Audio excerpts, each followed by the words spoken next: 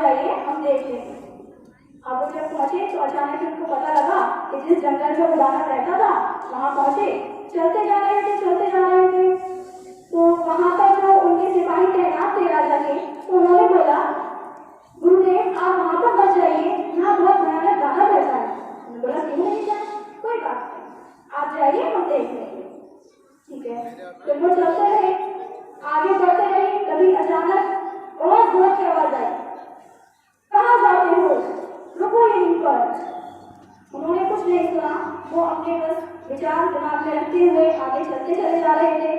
फिर दोबारा से एक आवाज आई, कहाँ जा रही हो, यहीं रुको, मैंने बोला सुना नहीं है आपने। तो वहां पर रुक गए। फिर उसके बाद में मुड़कर उनकी तरफ देखने लगे, लेकिन महात्मा बुद्ध के सर पे, उनके चेहरे पर एक अलग ही तेज था। वो दानव उनको देख करके और मासूम सा फेस बना करके खड़ा हो गया। तो कहते हैं मुझे तुम्हें मारकर खाना है। वो फिर भी हंसते रहे, मुस्कुराते रहे।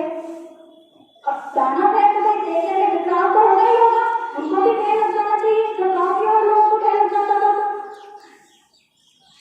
तो उन्होंने ये बोला, अब वो पहचान गए थे कि दानव कौन था, क्योंकि उसे अपनी काउंटिंग नहीं पता लग रही थी कि मुझे 1000 लोगों को मारना है, तो मैंने अब तक कितने लोगों को मार लिया।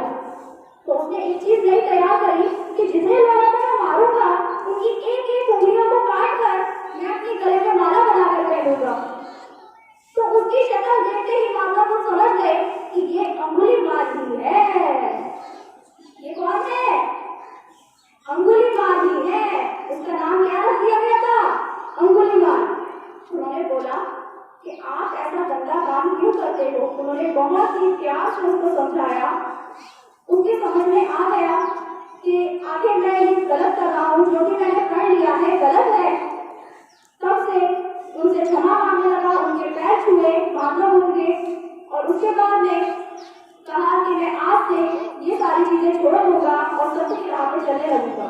तो इस कहानी से हमें ये उपदेश मिलता है कि किसी भी व्यक्ति को डांट फटकार कर नहीं, अपितु एक नरम स्वभाव से भी एक सत्य की राह पर लाया जा सकता है। Thank you.